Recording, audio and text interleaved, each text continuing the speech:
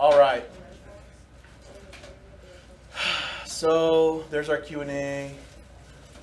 Let's clear this.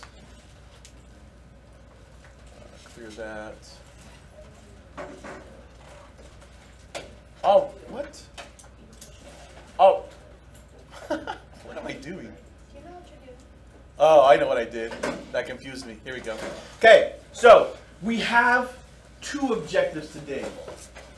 Two objectives to get through. Okay? First objective.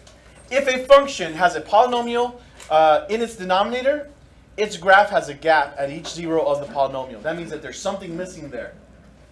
The gap could be a one-point hole, which kind of like I kind of showed in our little domain thing. There could be a hole there.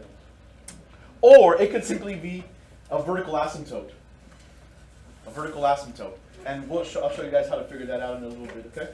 So you're going to get one of those two things. You're going to get either a hole or you're going to get a vertical asymptote. Either way, that part of the graph is not there. Gone.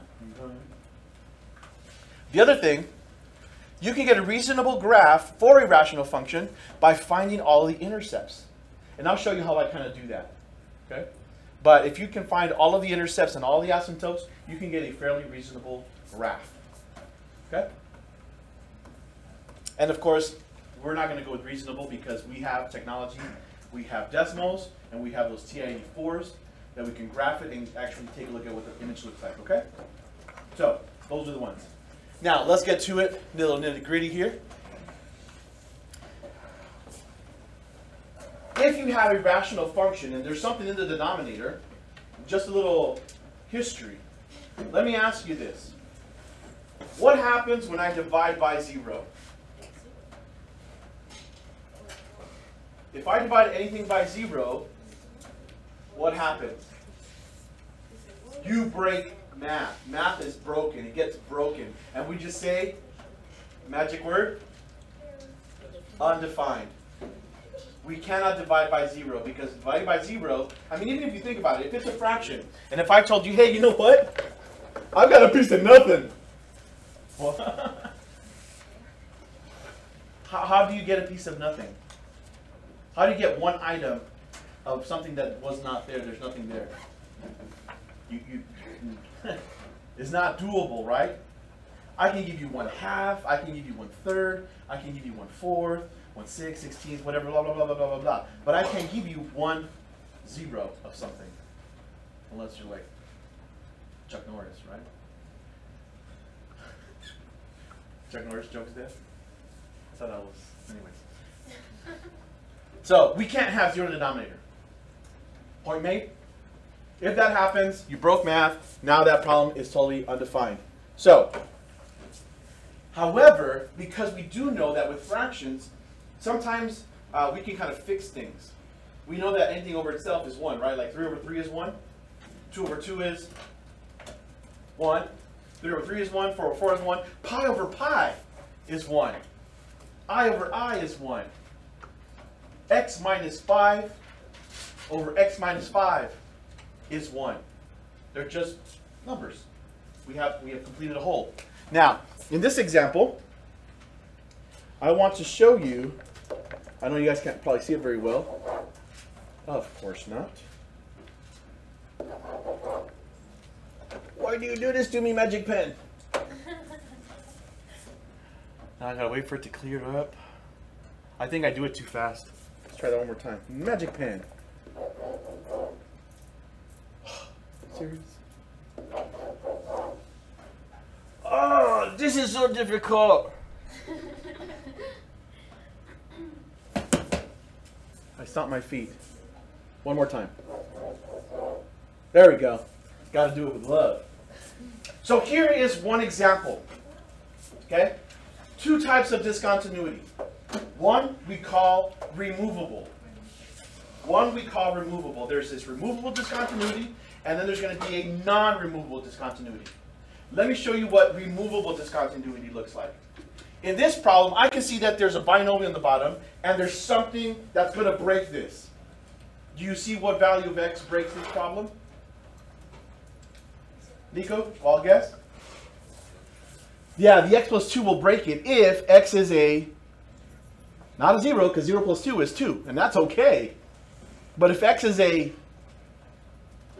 negative 2, negative 2 plus 2 makes 0, that just broke the whole problem. Do you see that? So in this case, I need to be careful with negative 2. Whoa, whoa, whoa, whoa, whoa, guys, be careful. I got a negative 2 in the picture here. It's going to break it. Don't do it. Okay? But, take a look at the numerator. What else is in the numerator? X plus 2. Well, wait a minute. Didn't we say that anything over itself is just 1? So x plus 2 over x plus 2 becomes 1, which means, I'm going to close this because I can't write on that magnify. That means that this became 1. And now, is there a denominator here?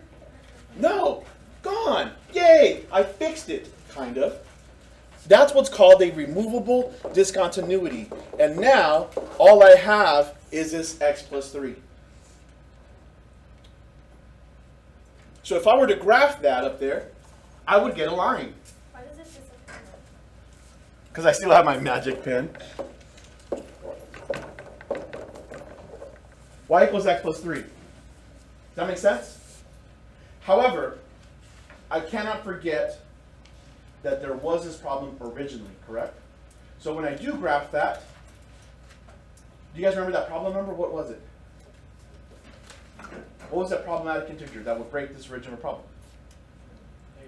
Negative 2, right? If I made x negative 2, it would make this whole thing 0.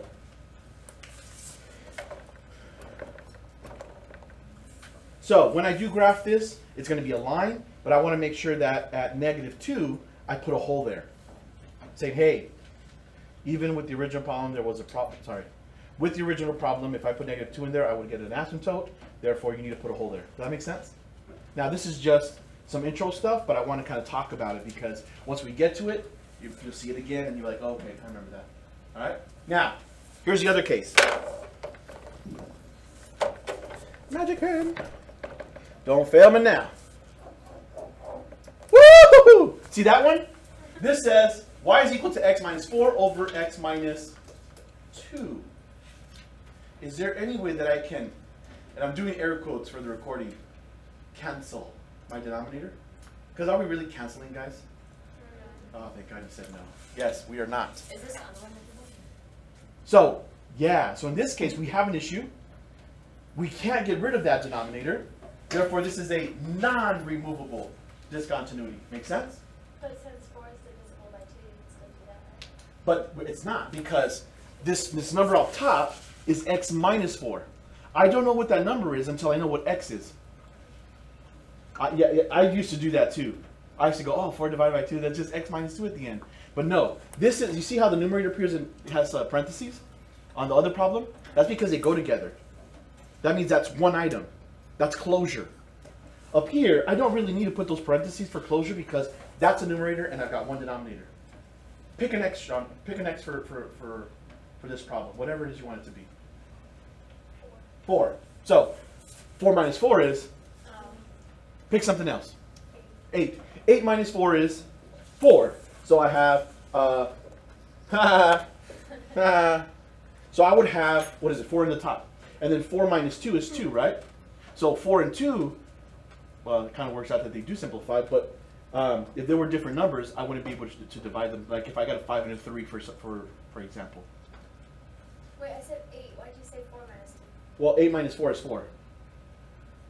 Oh, and oh, so 8 over 6 would give you not 2, right? Do you see that? Okay, cool. Yeah, thank you. You fixed that for me. So we can't make any conjecture about what that would be until we know what x is. So we can't just simplify the 4s because those happen to be numbers. Okay? Closure tells us that's one numerator, and then the bottom is one number as well, a denominator. Okay? But in this case, this is non-removable. We were not able to successfully ignore the denominator based off of the factoring or simplifying. Make sense? Now, in the top case, we'll probably get a hole. In the bottom, we'll get what's called a vertical asymptote. Okay? That imaginary line that goes up and down, that it just doesn't cross. Okay? So here, probably holes. Here, asymptotes. In this specific case. because we might not be able to get rid of everything. Moving on. Gone for a day, forgot how to do everything. So here's what this is saying. Vertical asymptotes is rational functions. The graph of rational function, p of x over q of x, okay? I know there's a lot of x's up there, but all this is saying is if you have some equation where there's something on top and something on the bottom, then you have this rational thing going on. And the asymptotes are going to happen at the zeros of q of x, which is, I said, oh, what breaks it down there? Okay, so it's still saying the same thing, it's just saying it more fancy. More fancy, okay? Right, so again, if they don't have common zeros, because what happens if they have common zeros? You get a removable discontinuity. Okay, now moving on. If p of x and q of x have m and n as factors respectively, and m is less than n, then there's also has an asymptote at x equals a. We're just, for now, we'll do some examples. All you need to remember is look at the denominator and try to break those down. That's the biggest thing I can give you. Break those down into factors, and if they're removable, then you'll get open circles, and they're not removable, you'll get asymptotes. Okay? That's what I really want you to get out of that. Let's go over here, because now we have 3 rules that you need to know. What we just talked about, let me try to sketch something here, was vertical asymptotes, the ones that go like this. Now I'm using those broken lines. They're not real. They don't exist. They're just for us to kind of visualize it. Okay? So those happen when the denominator has zeros. You guys remember that? You will also get, or you can also get horizontal asymptotes. They kind of do this. Okay? Horizontal asymptotes. You all right? So here's the thing. Horizontal asymptotes. Let's talk about that. Y equals a over b. I'll put m and n. And a can be anything. It could be like a big old long polynomial, and then at the bottom there's another polynomial. But what I want you to focus on is those exponents, the degree of the polynomial. Does everyone understand when I say the degree of the polynomial? No? I'm getting blank stares. Here is x squared plus 2x minus 5. What is the degree of this polynomial? It's 2. It's the highest one, right? It's the highest one. In this case, it's 2. If I have y... What did you do? Y to the third plus 2x squared y squared minus x to the third. What's the degree of this polynomial? It's not 3. It's not 3. It's 4. Because 2 x's and 2 y's make a degree of 4. But anyways, you get the point. No, you don't get the point? How many x's? How many y's? If I add those 2 exponents, that would be 4, wouldn't it? Oh, because it's all one? Yeah, this is all one piece. Oh. So that would become the degree of the polynomial. That was a trick question. I'm sorry. I am horrible, people. I will go to hell for that.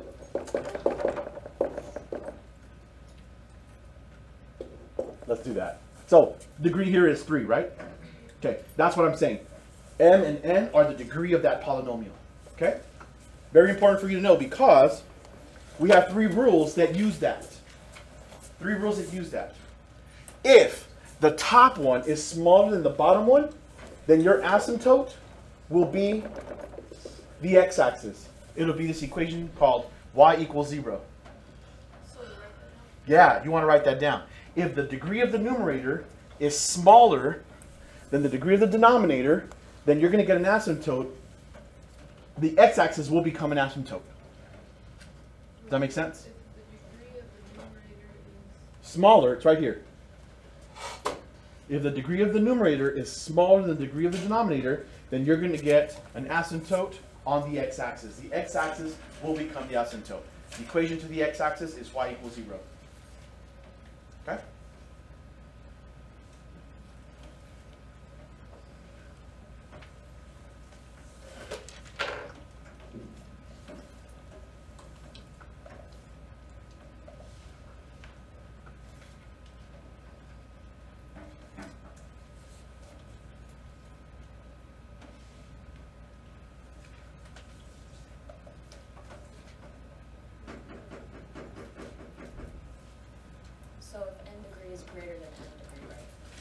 if n degree is bigger than m degree?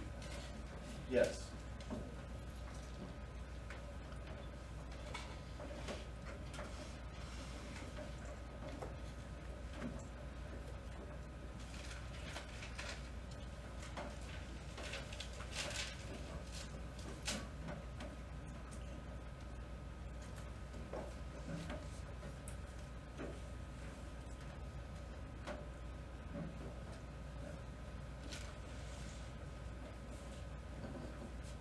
You guys good there? So the asymptote will lie on the x-axis after that. What? If n is greater than m, then the asymptote will lie on the x-axis. If m is less than n, Yeah, n greater than n. then the x-axis becomes an asymptote. Okay? Now, the second rule says if m is bigger than n, so if the top one is bigger than the bottom one, then you're not going to get any horizontal asymptotes. You're not going to get any horizontal asymptotes. What you will get, my friends, is this thing called an oblique asymptote, a slant asymptote. So the asymptote, can't even say it, won't be, it'll be like this. It'll be a slant. Don't really have to worry about those because we're not covering those today, but I do want you to make a note that here you will get what's called an oblique asymptote, aka slant asymptote. Okay? But right now, we want to focus on horizontals. So please make the note, if m is bigger than n, you get no asymptotes, no horizontal asymptotes. Okay?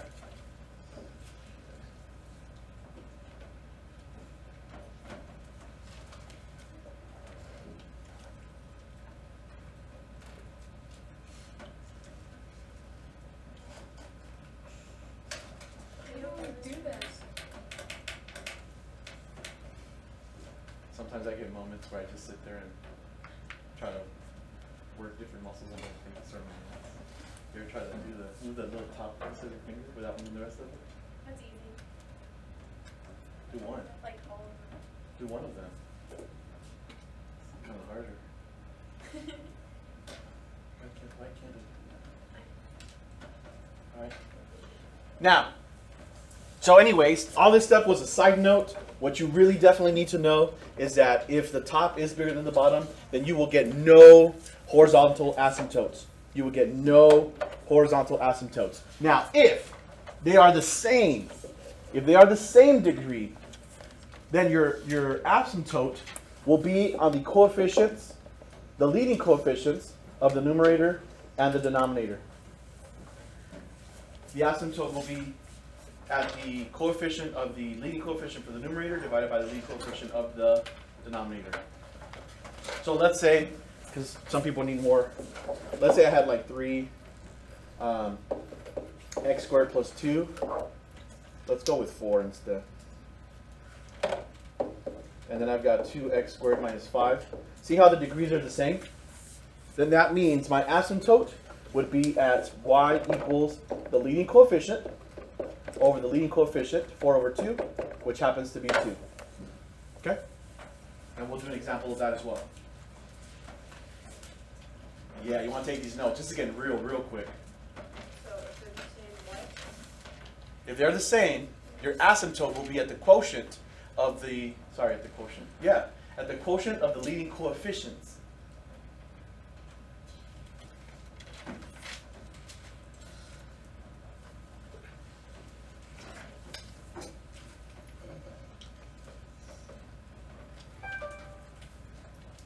Alright, moving on. Ain't nothing to it but to do it. Finding points of discontinuity. Okay, don't stress. You can go back and get these notes. They should also be in your student companion. Oh, I still didn't get that. Okay, if you don't have one and you're new, go by Mr. Brad's office and be like, I need one of those, please. Alright, here's our first example. Now, is there discontinuity? Yes. Why? There's a denominator. Did it say finding points of discontinuity? Yeah, we're going to find points of discontinuity. Okay? Now, when you see a rational expression like that, or rational equation, automatically, there are points of discontinuity. There are. Just gotta find them. Okay? So, what I need to do, remember, where do they happen at? Where do my points of discontinuity happen? The zeros of the denominator. The zeros at the bottom. Remember, if the bottom is broken, if the bottom is broken, then I've got issues. So what I need to do is get my marker. What I need to do is factor this bottom piece because it's easier to do it that way. I've got x, 3, 1, negative, negative. Does that work? Yep. So there it is. So I've got discontinuity. Right now I'm deciding, is it removable or non-removable? Or maybe both. Do I have removable? Can I, I'm throwing air quotes, cancel anything? No. Right, Dylan? Because it's x plus 3 with x minus 3. Okay, so where do I have discontinuity? Where is it discontinuous? At x equals 3 and x equals 1. Okay, you should have remembered that from last semester, where we got the zeros of the linear factors. So that means that if I'm going to make a sketch over at 1 and 3, oh, these things are backwards. I'm going to have an asymptote here, and I'm going to have an asymptote there. Okay?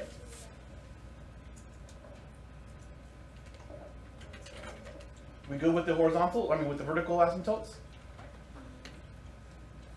Delilah? What's going on? You look shell-shocked. Okay, do you remember I said you can't have 0 in the bottom? That breaks it. Okay, so are you okay that this is the same thing as that? Because we factored it. So I know that those two are at the bottom. Now, if this was 0, does it matter what that is over there? No, because 0 times anything is 0. Boom, I broke it. So that means whatever is under blue cannot be 0. And that only happens, if x is how much? No, well, 0 minus 3 is just minus 3. What would x have to be to make this 0? How much? Look at that. There's my 3. 3 breaks it. Now, the other thing that can happen is the other one could be 0. That means this one can be 0, right? Well, when does that happen? When x is 1. Look, there's the other one. So when x is either one of those two numbers, I've broken this equation. Now, I couldn't cancel any of them, which means that both of them are non-removable. So I'm going to get these asymptotes, these fake lines that don't really exist, but I know that when I graph it, my graph is going to get close to those, but never, ever, ever touch them. Okay? You guys cool there? Awesome. Thank you for asking. Well, thanks for the look.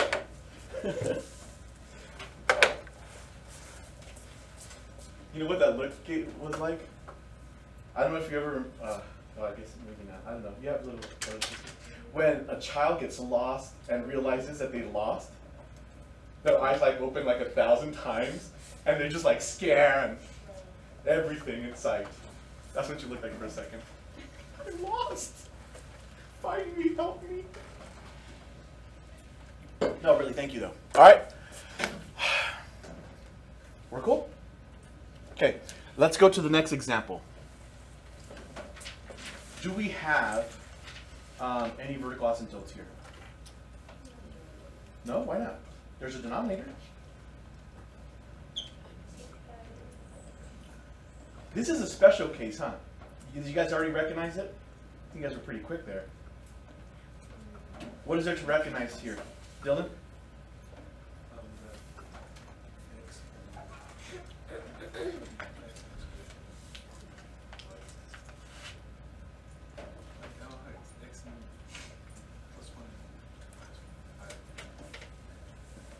I think this is what you're saying. That if I were to find where that is 0, I get this. And at this point, to get x, I'd have to take the square root of something that is squared. Therefore, guess what I've got? I've got imaginary values. So I can't really talk about those. Okay, so those are a special case. If I do get those imaginaries there, then it's not discontinuous because it's not even on the real plane, is it? It's not even on the real plane. So will I have discontinuity? No. Will I have asymptotes of any kind? No, because if there's no discontinuity, you can't have asymptotes. Will I have holes there? No, because if there's no discontinuity, you can't have those holes or those asymptotes. Okay? We're cool there? This was kind of a special case. Let's go on to this next one. How about now? Guess what? Yes, there's discontinuity. Is it removable or non-removable?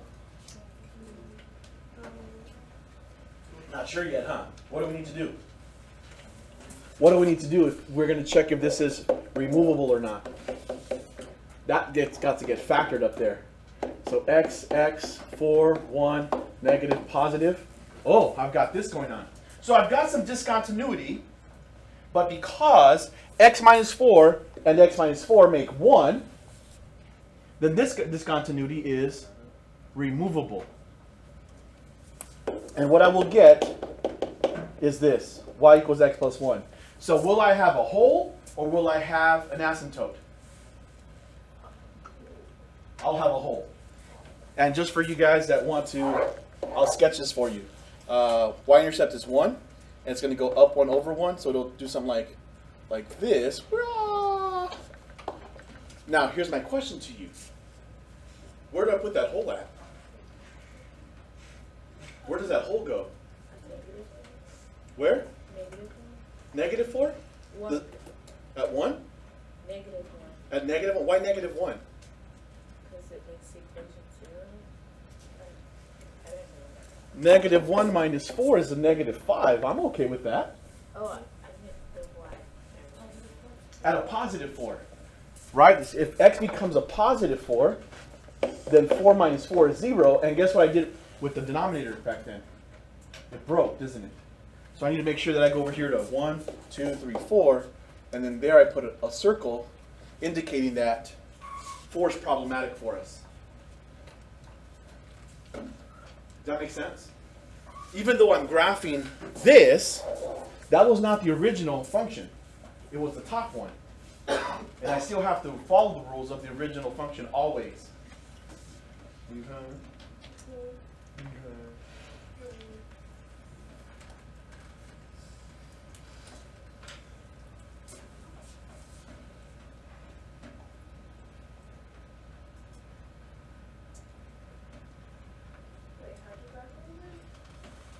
It's just a line. Y-intercept, 1. Slope 1, up 1 over 1. Up 1 over 1. All that good stuff. Someone knows that was so 4 years ago.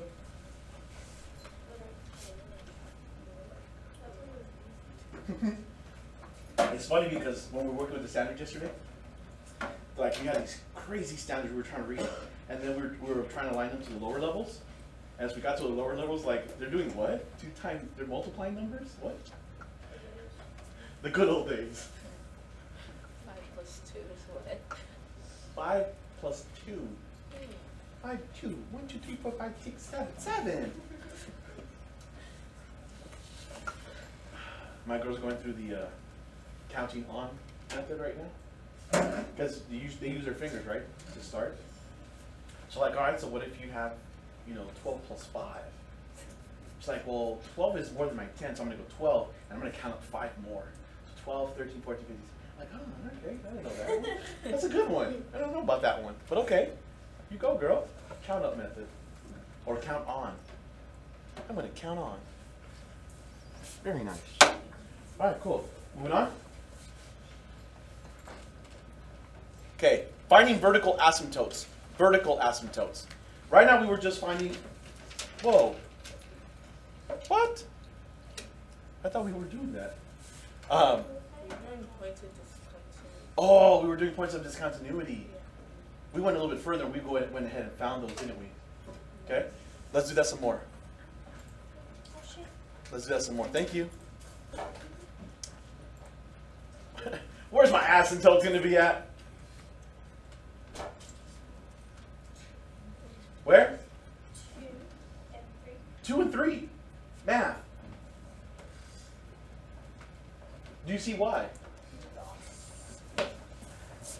Look at the denominator. It's already factored for us. If x was 2, then 2 minus 2 is 0, and who cares what the other one was, because anything times 0 is 0, and 2 just broke this problem. Do you see it?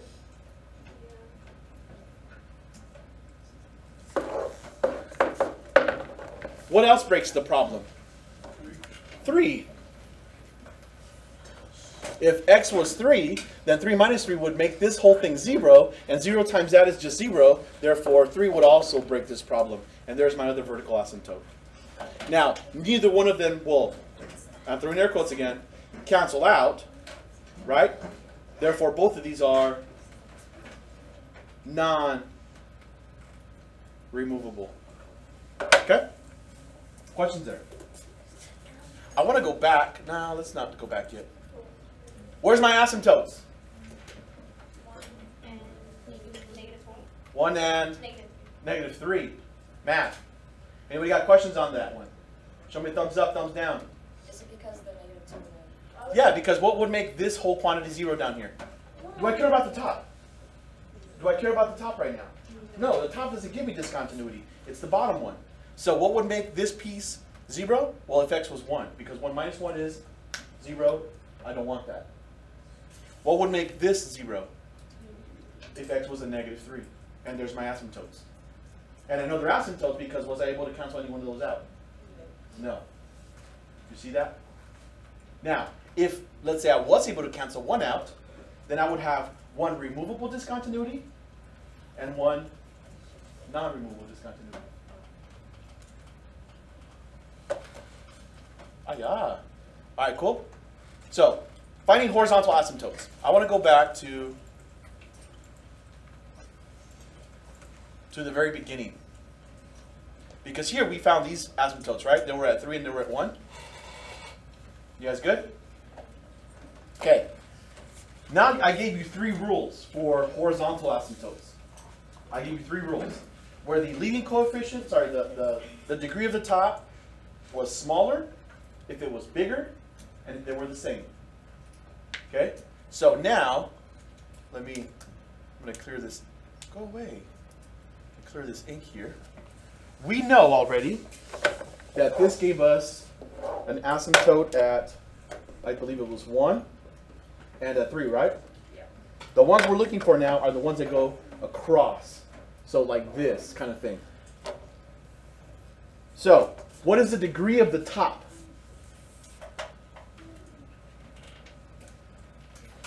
What is the degree of that polynomial? It's 1, E-man. Good job. So the degree, sorry, that's not what I wanted to do. So 1 is the top. What about the bottom? 2. Now, obviously, 2 is bigger, right? Which rule is this one? The first one, second one, or third one? It's the first one, where the top is less than the bottom. And if the top is less than the bottom, then the x-axis becomes your asymptote. That means that this line right here, the x-axis, is the asymptote. Okay? That's it. That's just it. That's the rule. That's it? If the top one is bigger, sorry, if the top one is smaller, then you're going to get the asymptote to be the x-axis, or what they call the line y equals 0. Same thing. The line y equals 0 is the x-axis. Okay? So now that I have the vertical asymptotes and the horizontal asymptotes, I can make an educated guess about what the graph looks like.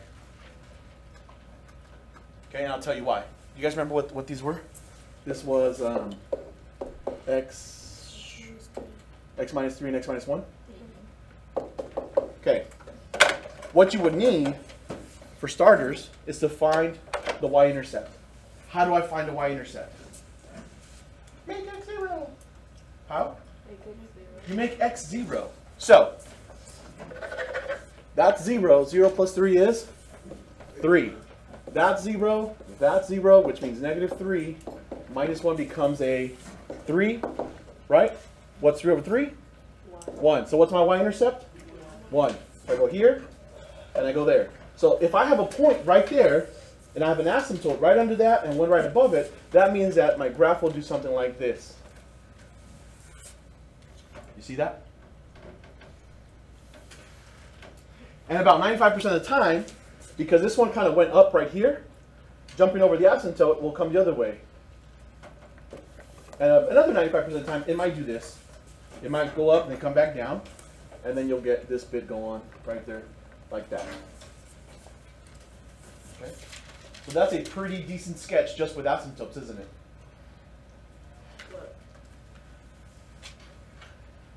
Okay. The other scenario could be that this does go up and it crosses through this point and it goes up that way, and then it would jump here and continue that way. So either one of those is a very real option, but how will we confirm which one it is? Cosmos! Moving on. Does this have horizontal asymptotes? Yeah. The top one is smaller than the bottom one, so what's my asymptote? Look at your rules. The first one, which means, same as before, the x-axis will be my asymptote. How about here?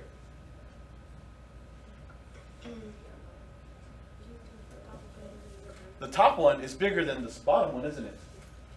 So that means I'm going to have no horizontal asymptotes. No horizontal asymptotes. That made me dizzy. No horizontal asymptotes. I might have an oblique asymptote. Remember those slant asymptotes? I might have one of those, but we're only worried about horizontal right now. So I would say no horizontal asymptote. Will oblique or Flat? slant, yeah, will be not that so. No, not yet. To find those, you have to do, guess what? Long division. Oh my god. We will get there. We will get there. Like what we did, like with those Yeah. again. Math doesn't go away. I've been telling you, have I not? Everything I teach is going to come back at some point. So learn it. So when it comes back, you're like, oh, I got this, man. So could we use the other method too? What method? The other division? Synthetic? Yeah. Yes. If possible. Or not use synthetic? If possible, you could do synthetic. Yeah, definitely. Shut. All right, moving on. So yeah, this one was no horizontal. So let's go to this one. Nah, let's not. Let's go over to the good. We just did these, didn't we? I want to go to. Oh, wait a minute. Come back. There they are. I read horizontal and I thought vertical still. Will this have an asymptote?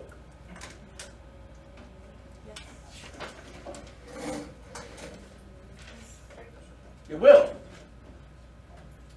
Where? At the coefficients. Okay? So, what I want you to notice, what's the degree of the top? 1. What's the degree of the bottom? 1. Which means, and they give you this, don't they? A over B. That's where the asymptote is at. That just means grab the leading coefficient. What's the leading coefficient for the top one? 2. What's the leading coefficient for the bottom one? 1. What does that simplify to? 2. That means 1, 2. There's my asymptote. Okay. Good. Excuse me, Mr. Chair.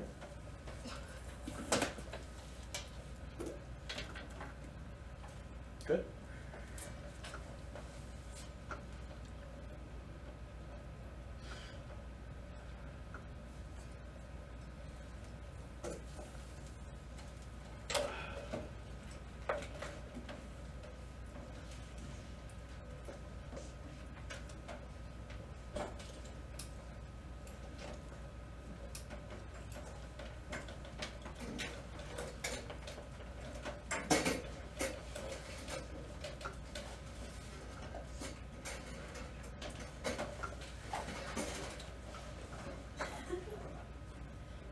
Can you move your eyebrows like one at a time?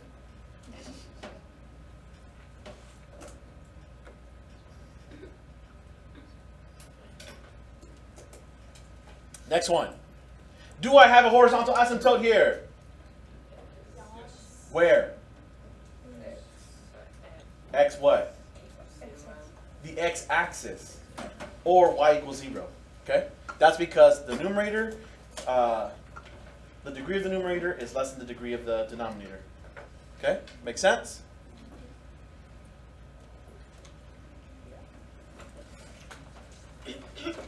Does this have asymptotes?